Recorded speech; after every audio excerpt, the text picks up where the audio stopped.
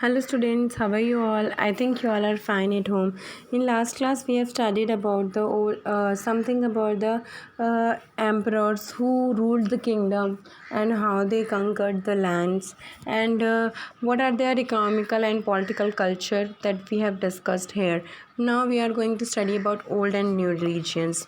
Thousands of years ago, we know that history that we are exploring, we are the witness and the major developments in religious traditions.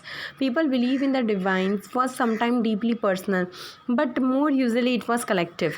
Belief in the supernatural agency like religion was often closely connected with the social and economical organization of local communities, as we know that it is a part of our organization that is called local communities. We prepare the different religion, and we are having the social and political effect that can study here. It was during the period that important changes occurred in what we call Hinduism today.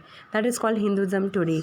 We know that worship of new deities and the construction of temples by royalty and the growing importance of Brahmins and the priests and the dominant groups in the society, that are the old cultures. There is a more knowledge of Sanskrit text earned by the Brahmas, a lot of respect in society. Their dominant position was causalent by the support. So, as we know that the conducts and the main well-known language was Sanskrit, and that time there was the text of Sanskrit also. That was the patterns. New rural searching was for prestige. That are the patterns. What is the meaning of pattern? In influential, wealthy individual who supports another person, and an artist, a craft person, a learned man, or a noble person, that is called a patron. That time patrons are there, and one of the major developments of this period was an emergence of the idea of bhakti. Basically, they are following the idea of bhakti, of a loving people deity, and that devotees could reach without the aids of priests and oblate rituals. What we will be learning in chapter number 8, chapter number 8 में पढ़ने जा रहे हो. Now, thinking about the time and the historical periods, we know that there are so many things are there in the olden periods, historical periods.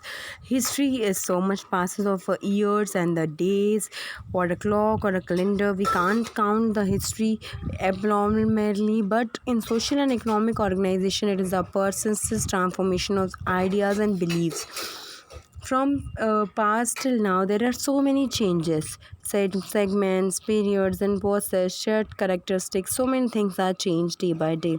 In the middle of the 19th century, of British historian divided the history of India into three periods: Hindu, Muslim, and British, as we have heard in the last video also.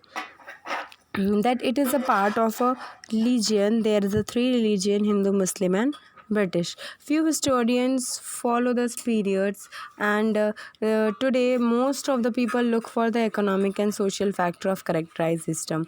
Major elements of different moments of this past. The histories you read last year include a wide range of early society: hunter, as we know, as we heard about the hunters, gatherers, early farmers, people living town and villages, and early emperor kingdoms, those who are ruling and staying in their kingdoms. The history you will be studying this year is often described a medieval period of the history, and spread up peasant societies, sometime at the cost of pastoral and forest people. The development of Hinduism and Islam as major religions, and the arrival of European trading companies. Here we can study about the European trading company also, how they live, what is the modernity, what is the modern period, what is modernity, how they carries out, what is the sense of that material progress and intellectual advancement which makes different the individual period and the modernity period. But of course we know that this was not the case. During these 1,000 years of the society, subcontinent was transformed. It was transformed often, and society, as you read this book, look out of sign and changes, the historical physical possessions at work.